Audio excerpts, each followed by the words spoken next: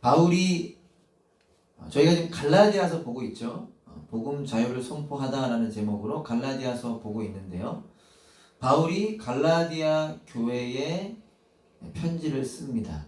한 교회가 아니라 갈라디아라고 하는 지역에 있는 교회들 그리고 예수님 믿는 자들에게 편지를 씁니다. 편지를 쓰게 된 동기가 뭐라 그랬죠? 갈라디아 교회가 다른 복음을 따르게 되었기 때문이었습니다. 다른 복음. 한 번 더 기억하고 또 기억하기를 바랍니다. 다른 복음이 무엇이었는가? 그리고 그 다른 복음을 따르는 자들에게 외치는 바울이 외치고 있는 복음은 무엇인가? 오늘 본문에서는 이렇게 선포합니다. 16절인데요. 아까 읽었지만 한 번 더 읽어볼게요. 사람이 의롭게 되는 것은 율법의 행위로 말미암음이 아니요 오직 예수 그리스도를 믿음으로 말미암는 줄 알므로 라고 선포하고 있죠. 여기에 지금 나타나고 있습니다. 다른 복음이 무엇이냐? 율법의 행위로 의롭게 된다 라는 것이 다른 복음이라는 거예요. 그리고 거기에 대해서 바울이 선포하는 복음은 무엇이냐? 예수님을 통해 의롭게 된다는 것입니다. 우리 이걸 기억해야 되는 거예요. 그러면서 선포하는 거예요. 유명한 구절이죠. 20절. 갈라디아서 2장 20절. 정말 유명한 구절인데 다 외우시기를 바라는 구절인데 내가 그리스도와 함께 십자가에 못 박혔나니 그런즉 이제는 내가 사는 것이 아니요 오직 내 안에 그리스도께서 사시는 것이라. 이제 내가 육체 가운데 사는 것은 나를 사랑하사 나를 위하여 자기 자신을 버리신 하나님의 아들을 믿는 믿음 안에서 사는 것이라라고 바울이 선포합니다. 복음이 선포하는 믿는 자의 삶이 어떤 삶인지 여기 나타나고 있는 겁니다. 믿는 자의 삶은 무엇인가? 복음은 믿는 자의 삶을 뭐라고 선포하는가? 내가 사는 것이 아니라는 거예요. 무엇을 의미하죠? 내가 주인 되어 사는 것이 아니라는 겁니다. 내 마음대로 사는 게 아니라는 거예요. 아담과 하와가 선과 악을 알게 하는 나무를 따먹은 이유가 무엇이었습니까? 뱀이 말하기를 이거 먹으면 하나님처럼 될 거야. 왜 하나님께 순종하냐라는 거예요. 왜 하나님 말씀 듣냐라는 겁니다. 왜 하나님을 주인으로 고백하냐라는 거예요. 그것을 공격하고 유혹하고 거기에 넘어가는 거죠. 내가 사는 것, 내가 주인 되어 사는 게 아니라는 거예요. 복음은 그렇게 선포합니다. 그럼 어떻게 사는 거냐? 오직 내 안에 그리스도께서 사시는 것이라. 내 안에 예수님이 사시는 것이라. 예수님께서 주인 되어 사는 거라는 겁니다. 예수님을 주인으로 고백하는 것. 그것은 예수님을 알지 못하는 자들은 억지, 의무, 힘든 것 같지만 우리를 창조하신, 우리를 구원하시는 그 예수님이 주인 되시는 놀라운 삶, 복된 삶, 은혜와 평안의 삶을 살게 되는 것. 그것이 믿는 자의 삶이라는 것이죠. 우리 모두가 그 삶을 살기를 소망합니다. 이 내용을 조금 더 구체적으로 조금이나마 구체적으로 살펴보려고 하는데요. 살펴보면서 그 은혜를 저와 여러분들이 누리게 되기를 소망합니다. 오늘 본문을 세 부분으로 나눌 수 있습니다. 두 부분으로도 나눌 수 있고 세 부분으로도 나눌 수 있는데 세 부분으로 나눈다면 첫 번째 부분이 1절부터 10절까지 바울이 예루살렘에 갔던 내용, 예루살렘에서 일어난 내용이고요. 두 번째 부분이 11절부터 14절까지 바울이 베드로를 책망한 내용. 그리고 세 번째 부분이 16절부터 21절까지 바울이 전하는 그 복음에 대한 내용. 이렇게 세 가지를 우리가 나눌 수 있습니다. 첫 번째, 바울이 예루살렘에 간 내용. 두 번째, 바울이 베드로를 책망한 내용. 세 번째, 바울이 전하는 복음의 내용. 이렇게 세 가지로 나눌 수 있습니다. 물론 다르게도 할 수 있는데요. 저는 이렇게 오늘 나누어 보았습니다. 그래서 우리가 잠깐 제가 다 다루지 못하는 것 자주 양해를 드리는데 이해해 주시고 다음에 또 더 못 나눈 내용을 나누도록 하고요. 첫 번째 부분, 바울이 예루살렘에 간 내용입니다. 1절부터 10절까지. 이거는 한 절씩 교독해 보도록 하죠. 제가 한 절, 대표로 우리 언하자매님이 읽어주시겠어요? 우리가 그래도 마스크 다 끼고 있으니까 제가 한 절, 각자 계신 곳에서 읽을 수 있는 분들은 읽어주시면 좋겠는데 언하자매님이 읽어주시면 되겠습니다. 한번 읽어볼게요. 바울이 예루살렘에 간 내용입니다. 여러분 집중하셔야 돼요. 금요일 예배 드리는 분들이니까 가능할 거라고 생각하고 14년 후에 내가 바나바와 함께 디도를 데리고 다시 예루살렘에 올라갔나니 계시를 따라 올라가 내가 이방 가운데서 전파하는 복음을 그들에게 제시하되 유력한 자들에게 사사로이 한 것은 내가 다름질하는 것이나 다름질한 것이 헛되지 않게 하려 함이라. 그러나 나와 함께 있는 헬라인 디도까지도 억지로 할례를 받게 하지 아니하였으니 이는 가만히 들어온 거짓 형제들 때문이라. 그들이 가만히 들어온 것은 그리스도 예수 안에서 우리가 가진 자유를 엿보고 우리를 종으로 삼고자 함이로되 그들에게 우리가 한시도 복종하지 아니하였으니 이는 복음의 진리가 항상 너희 가운데 있게 하려 함이라. 유력하다는 이들 중에 본래 어떤 이들이든지 내게 상관이 없으며 하나님은 사람을 외모로 취하지 아니하시나니 저 유력한 이들은 내게 의무를 더하여 준 것이 없고 도리어 그들은 내가 무할례자에게 복음 전함을 맡은 것이 베드로가 할례자에게 맡음과 같은 것을 보았고 베드로에게 역사하사 그를 할례자의 사도로 삼으시니가 또한 내게 역사하사 나를 이방인의 사도로 삼으셨느니라. 또 기둥같이 여기는 야고보와 게바와 요한도 내게 주신 은혜를 알므로 나와 바나바에게 친교의 악수를 하였으니 우리는 이방인에게로 그들은 할례자에게로 가게 하려 함이라. 다만 우리에게 가난한 자들을 기억하도록 부탁하였으니 이것은 나도 본래부터 힘써 행하여 왔노라. 아멘. 네. 바울이 바나바와 함께 디도를 데리고 예루살렘에 갔던 일을 지금 편지를 통해 이야기하고 있습니다. 바나바가 어떤 인물인지 아시죠? 제가 시간 관계상 바나바, 디도와 함께 예루살렘으로 갑니다. 디도는 바울이 자신의 참 아들이라고 표현했던 문제가 많았던 고린도 교회를 맡겼던 인물이기도 하고요. 또 바울의 사역 가운데 아주 중요했던 인물인데 그 디도죠. 근데 어떤 이유로 어떤 목적으로 예루살렘으로 갔는지 그게 중요한데 2절에 보면 바울이 왜 갔느냐? 계시를 따라 올라갔다. 이건 하나님의 뜻이라는 의미입니다. 하나님의 뜻이라는 거예요. 거기에 순종했다라는 거예요. 내가 이방 가운데서 전파하는 복음을 그들에게 제시하되 유력한 자들에게 사사로이 한 것은 내가 다름질하는 것이나 다름질한 것이 헛되지 않게 하려 함이라. 이게 한마디로 무슨 말이냐면요. 바울이 지금 이방인들을 대상으로 복음 사역을 하고 있는 거잖아요. 선교 사역을 하고 있는 거잖아요. 복음을 전하고 있는 거잖아요. 바울이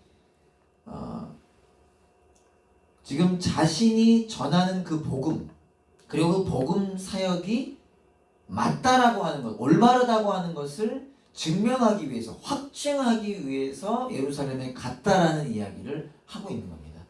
이해되세요? 바울이 자신이 전하는 복음을 확증하기 위해 갔다라는 거예요. 근데 바울이 전하는 복음이 무엇입니까? 아까 우리가 서두에 이야기했던 것처럼 오직 믿음으로 의롭게 된다. 예수님을 믿음으로 의롭게 된다라는 그 복음이 정확한 복음이다, 맞는 복음이다라는 것을 확증하기 위해서 예루살렘으로 갔다라는 거예요. 근데 바울이 지금 이 이야기를 갈라디아서 편지를 통하여 하는 이유가 무엇입니까? 바울이 전한 복음이 공격을 받았어요. 갈라디아 교회 성도들이 다른 복음을 따르게 되었습니다. 지금 예루살렘에 가서 바울이 전하고 있는 복음이 맞다라는 것을 확증하기 위해서 갔는데 그것이 지금 공격받았었고 그로 인해서 갈라디아 교회 성도들은 다른 복음을 따르게 되었다라는 거예요. 다른 복음은 무엇입니까? 할례를 받아야 된다. 율법을 지켜야 된다. 예수님을 믿음으로만 의롭게 되는 것이 아니라 다른 것도 해야 된다라고 하는 것. 그것이 다른 복음이잖아요.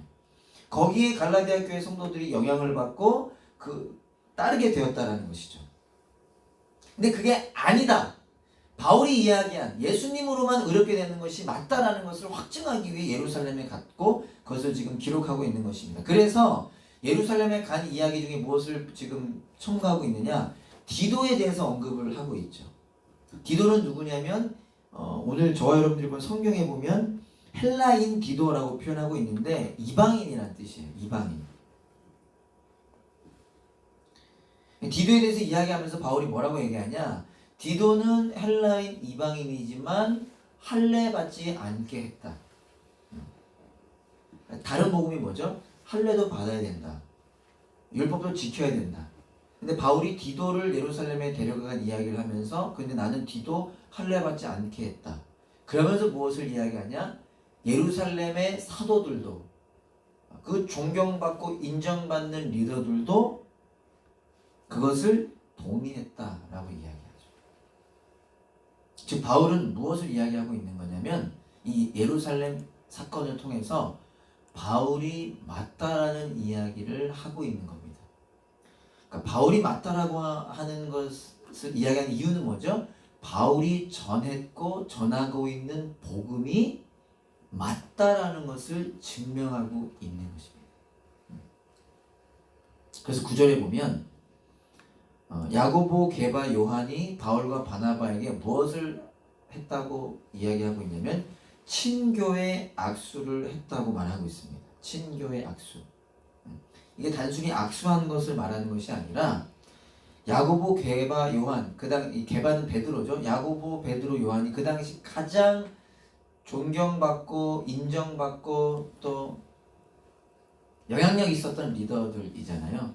그들이 바울이라고 하는 사람과 바울이 전하고 있는 그 복음, 바울이 행하고 있는 복음 사역을 공식적으로 인정했고 공식적으로 맞다라는 것을 발표했다라는 의미가 친교의 악수를 했다라는 의미입니다.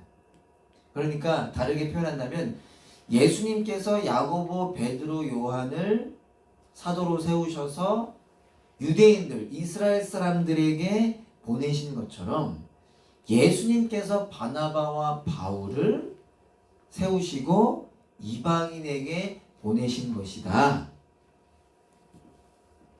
그것이 선포되고 있는 것이죠. 이 장면에서 우리가 기억하고자 하는 것이 있습니다. 그게 무엇이냐면 할례를 받아야 한다라고 하는 이 문제. 그러니까 바울은 할례 받을 필요 없다. 예수님으로만 의롭게 된다라고 선포하고요. 그게 복음이고요. 다른 복음은 할례도 받아야 된다. 율법도 지켜야 된다라는 것이 다른 복음인데 이 중심에 할례라고 하는 문제가 있잖아요. 근데 이 할례를 받아야 한다라고 하는 이 문제가 무엇과 연결이 되고 있는가, 연결되고 있는가를 우리가 좀 기억할 필요가 있는데 그것이 무엇이냐면 나는 유대인이고 너는 이방인이다라는 생각입니다. 그러니까 왜 이런 문제가 발생을 했느냐? 유대인들은 자신들이 유대인이라고 하는 선민의식, 특권의식이 있었습니다. 우리는 유대인이야. 하나님이 우리를 선택하셨어. 라는 특권의식이 있었어요. 그리고 그 의식과 기준이 어디로 이어졌냐면 다른 사람들, 유대인이 아닌 다른 사람들을 낮추는 것으로 이어지는 현상들이 일어났습니다. 그 중에 하나가 뭐냐면 이방인들을 구별한 게 아니라 차별하고 무시하는 일들이 일어났던 것이죠. 그리고 그 결과 어떤 모습이 발생했느냐? 유대인과 이방인이 나뉘어지는 일들이 일어나게 된 것입니다. 그런데 예수님께서는 뭐라고 말씀하시죠? 에베소서 2장 14절에 보면 준비는 안 되어 있지만 그는 우리의 화평이신지라. 예수님은 우리의 화평이신지라. 둘로 하나를 만드사 원수된 것 곧 중간에 막힌 남을 자기의 육체로 허시고. 우리가 많이 나눴던 구절이죠. 예수님의 십자가의 죽음은 하나님과 우리의 관계를 회복시킨 것뿐만이 아니라 나와 너의 관계도 회복시키셨다라는 의미입니다. 그 첫 번째가 누구죠? 유대인과 이방인. 서로 원수처럼 원수가 되어 있었어요. 갈라져 있었습니다. 그런데 예수님께서는 그것을 회복시켰다는 것이죠. 사랑하는 여러분, 우리가 오늘 기억하길 바라는 것 첫 번째는요, 복음은 우리를 우리 되게 한다는 것입니다.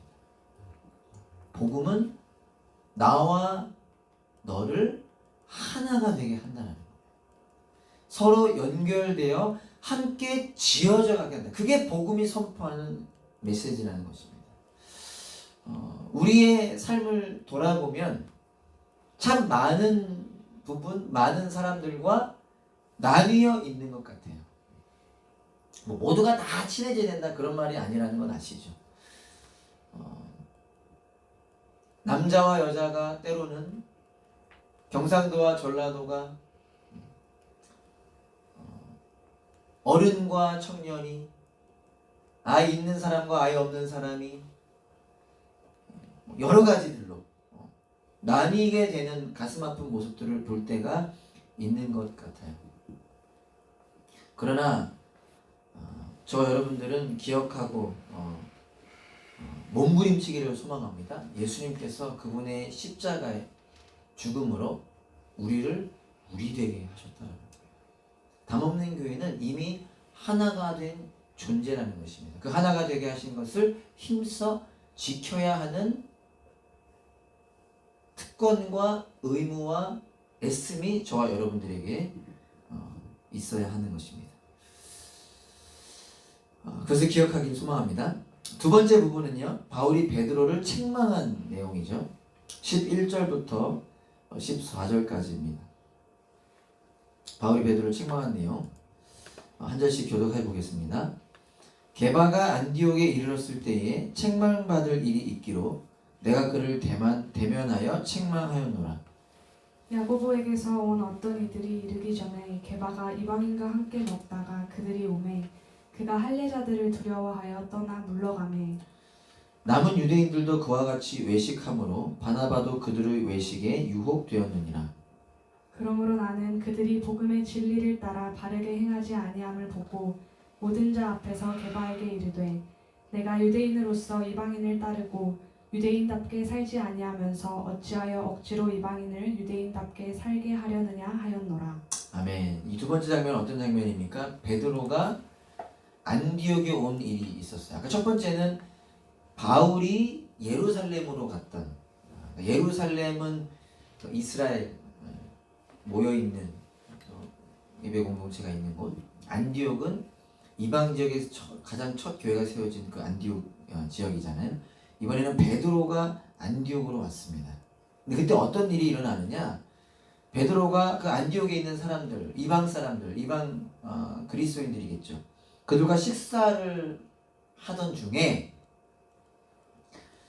예루살렘에서 온 할례자들, 유대인들이 도착을 하자 어떻게 한 거죠? 그들을 의식해서 식사 자리를 떠난 것입니다. 어쩌면 이방인들과 밥 먹지 않은 척 한 거겠죠. 왜 이런 행동을 했을까? 밥 잘 먹다가 그가 환상을 봤었잖아요. 부정한 음식 못 먹습니다. 근데 하나님이 내가 먹으라고 하는데 무슨 문제냐. 그리고서 고넬료라고 하는 이방 사람 집에 찾아가서 하나님께서 이방인들도 사랑하시고 그들에게 복음을 전하시길 원하신다는 것을 알게 된 베드로잖아요. 그랬던 베드로가 아마 그때부터 이방인들과 식사를 했을 겁니다. 근데 안디옥에서 식사를 하다가 할례자들, 정확히 누군지는 알 수 없습니다. 근데 예루살렘에서 온 할례자들, 유대인들이 도착한 것을 보고 식사 자리를 떠난 것이죠. 밥 먹지 않은 것처럼. 왜 이런 행동을 한 것인가? 유대인들은 이방인들과 함께 식사를 하지 않습니다. 아주 중요한 거죠. 이방인들과 한 곳에 있지도 않고 그들과 식사를 하지 않습니다. 근데 그러한 그들의 모습 이면에는 어떤 생각이 있었느냐? 아까도 우리가 이야기했지만 유대인인 자신들이 선민의식, 특권의식, 더 낫다라는 생각이 있었습니다. 그리고 그 근거 중에 하나가 뭐냐면 왜 자신들이 낫다, 자신들이 괜찮다라는 생각을 했냐면 하나님이 선택한 백성이고 하나님께서 허락하신 그 율법을 지키는 사람들, 할례를 행하는 사람들이라는 생각이 있었던 것이죠. 그렇기 때문에 그 생각이 어디로 이어지느냐? 이방인 너희들도 할례를 행해야 된다라는 생각으로 이어지게 되는 것입니다. 베드로는 유대인들에게 비난받을 것이 두려웠던 것 같아요. 그러니까 그 자리를 피했겠죠. 안타까운 것은 베드로의 이런 행동이 베드로가 이방인들과 밥을 먹다가 지금 다른 데로 가지 않았습니까? 베드로의 이런 행동이 베드로에게서 끝나지 않고 어떻게 이어지냐고 성경이 선포하냐? 다른 유대인들 그리고 심지어 바나바에게까지 영향을 끼쳤다라고 선포합니다. 그리고 그 모습을 본 바울이 가만히 있을 수 없었던 거죠. 모든 사람들이 보는 앞에서 베드로를 책망했습니다. 베드로를 책망했어요. 여러분 이 장면을 지금 좀 딱딱하지만 한번 생각해 보세요. 이게 예사로운 일이 아닙니다. 바울이 베드로를 책망하는데 여러분 베드로가 누굽니까? 베드로가 12제자 중에서도 수제자, 가장 대표라고 이야기할 수 있는 제자. 그리고 이 성경 컨텍스트에서 현재 가장 영향력이 있었던 인물 중에 한 사람입니다. 근데 바울은 본인 스스로도 표현하잖아요. 아주 늦게 예수님을 만나고 뭐 그게 중요한 것은 아닐 수 있지만 우리의 이해에서는 그런 시선이 있을 수 있다는 거죠. 더군다나 베드로를 개인적으로 만나서 책망한 게 아니라 공개적인 자리에서 책망을 했잖아요. 이게 예사로운 일이 아닙니다.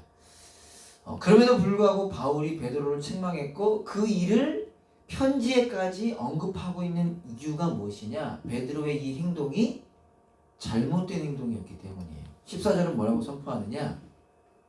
베드로의 이 행동이 어떤 행동이었느냐?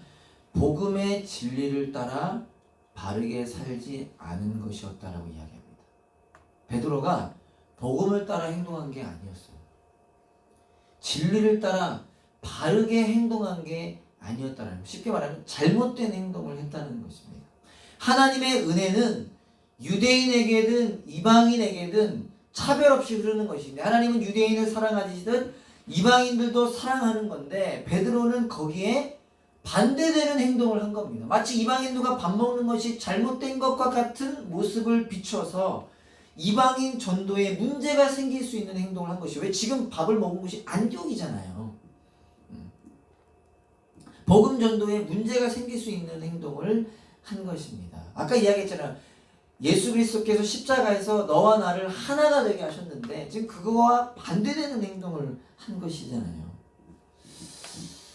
즉 이 사건 역시도 이 사건의 언급을 통해서 바울은 바울 자신이 맞다는 것, 바울이 전한 복음이 맞다는 것을 증명하고 있는 것입니다.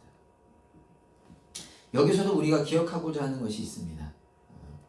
할례에 대한 문제, 복음에 대한 문제는 여러분 이것이 잘 이해될 수 있기를 바라는데요.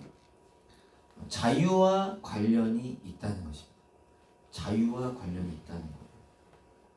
14절을 보면요. 뒷부분에 바울이 이렇게 이야기합니다. 게바에게 책망하면서 뭐라고 얘기했냐면 내가 유대인으로서 이방인을 따르고 유대인답게 살지 아니하면서 어찌하여 억지로 이방인을 유대인답게 살게 하려느냐 라고 이야기합니다.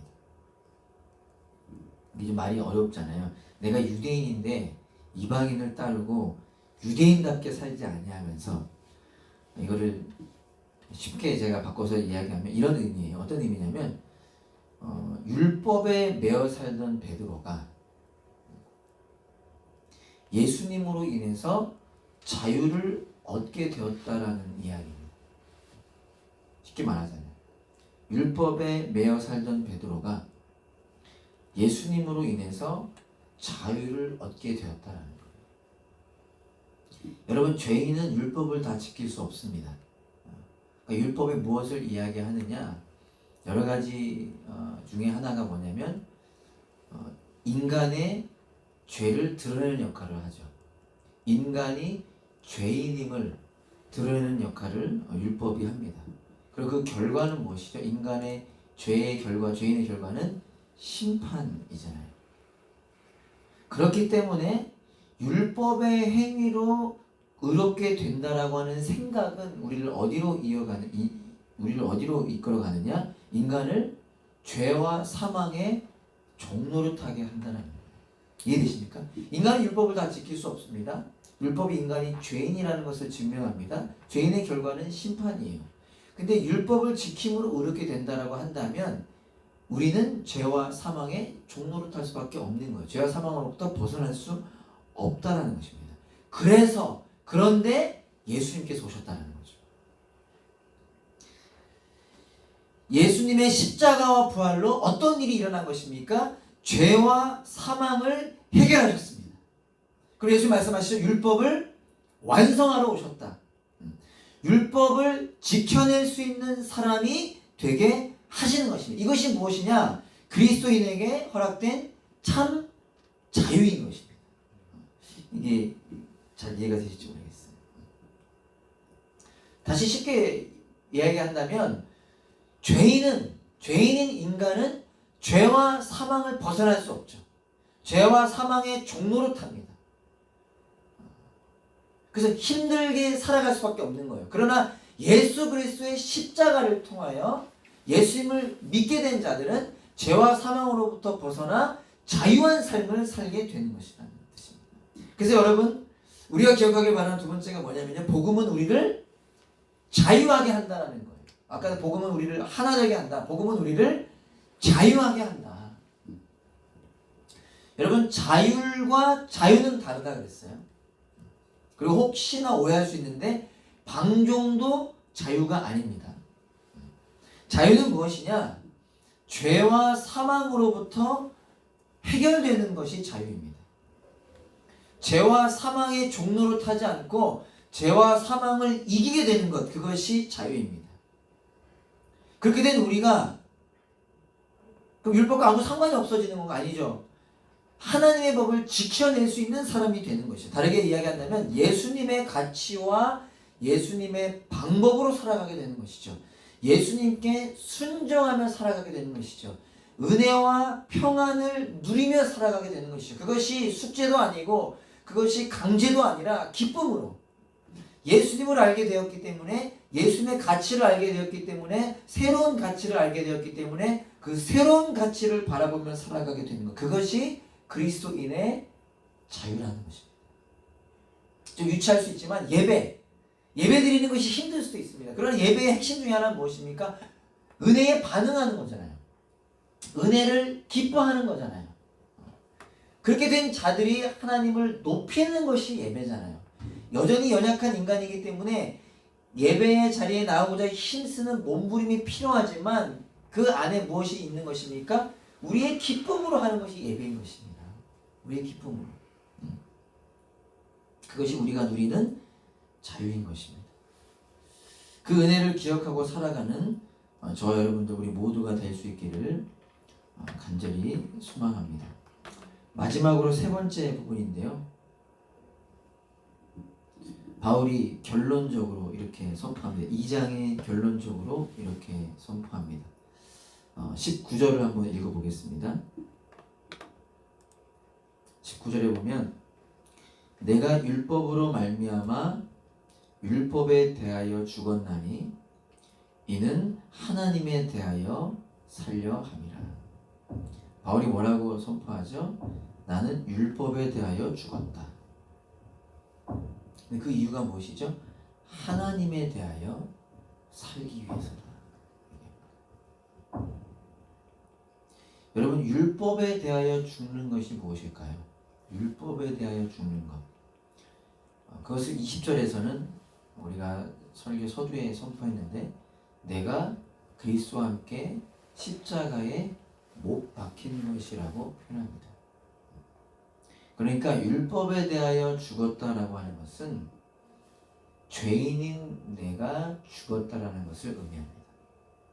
더 이상 율법이, 더 이상 죄가, 더 이상 사망이 영향을 줄 수 없는 존재. 죄인인 내가 죽었고 죄에 대해서 죽었다라는 것을 의미합니다. 이것을 다르게 표현한다면 이제는 내가 내 삶의 주인 되어 살아가지 않아도 되는 것입니다. 내가 이것이 은혜를 모르는, 복음을 모르는 자들은 깊이 이해할 수 없는데, 여러분, 내가 주인 되어 살아가는 것이 세상은 좋다고 이야기하지만 내가 주인 되어 살아가면 두려움과 외로움,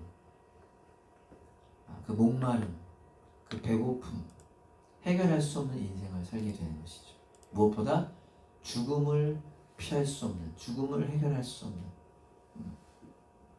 그런데 율법에 대해서 죽었다, 죄에 대해서 죽었다라고 하는 것은 이제 더 이상 내가 내 삶의 주인 되어 나의 힘으로, 나의 의지로 아둥바둥 살지 않아도 되는 존재가 되었다라는 것입니다.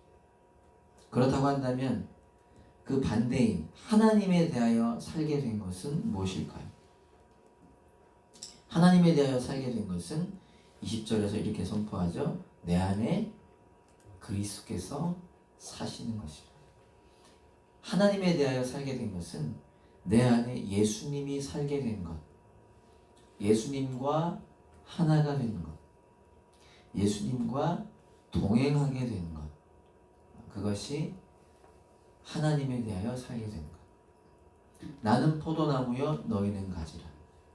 그가 내 안에, 내가 그 안에 거하면 사람이 많이 열매를 맺나니 나를 떠나서는 내가 아무것도 할 수 없습니다 라는 말씀처럼 예수님 안에 거하게 되는 것, 예수님이 내 안에 거하시는 것, 그 연합을 이야기하는 거죠. 이것을 다르게 표현한다면 이제는 내가 내 삶의 주인이 아니라 누가 주인 되시는 거예요? 예수님이 내 삶의 주인이 되시는 것입니다. 예수님.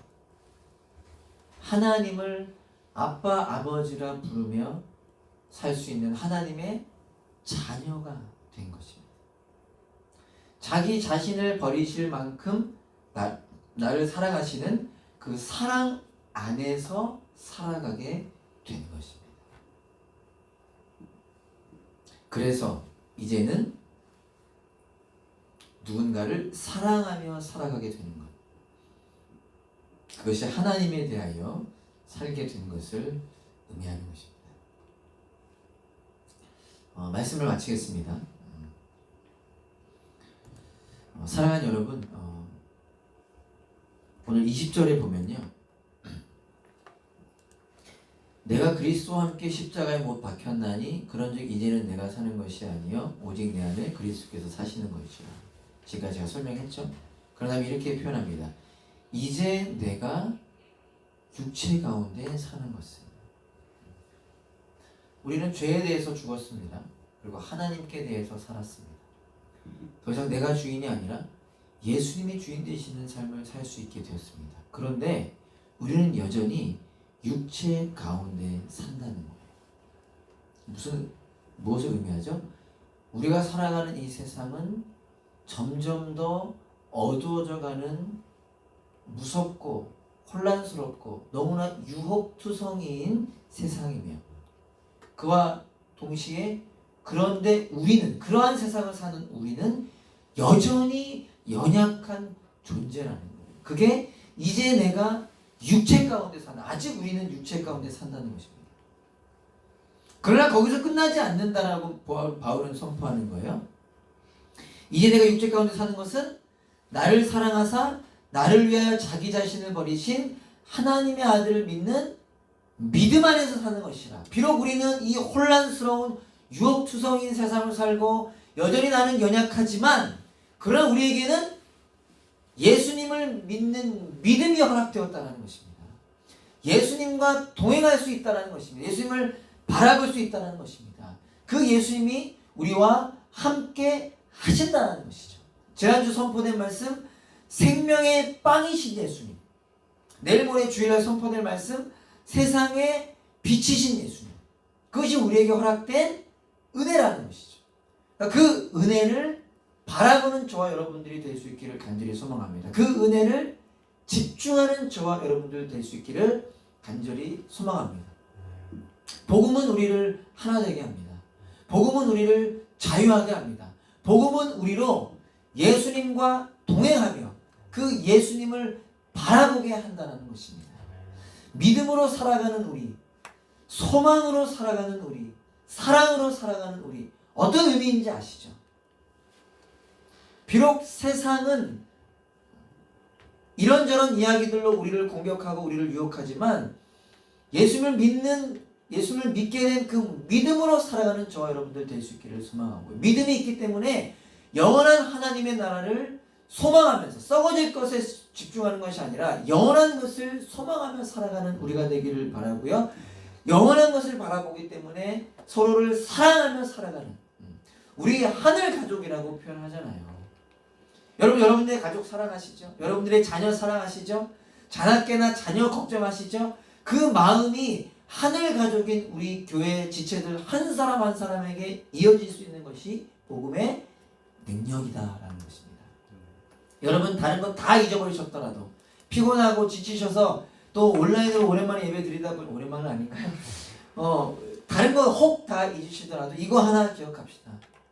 복음은 우리를 하나 되게 한다. 복음은 우리를 자유하게 한다. 복음은 우리로 예수님과 동행하게 한다. 예수님을 바라보게 한다. 그 은혜로 살아가는 저와 여러분들 될 수 있기를 소망하며 우리 마지막으로 한번 따라해 볼까요? 내 안에 그리스도께서 사시는 것. 내 안에 그리스도께서 사시는 것. 그것이 우리에게 허락된 복음의 은혜의 내용인 것입니다. 그런 저와 여러분들 될 수 있기를 간절히 소망합니다.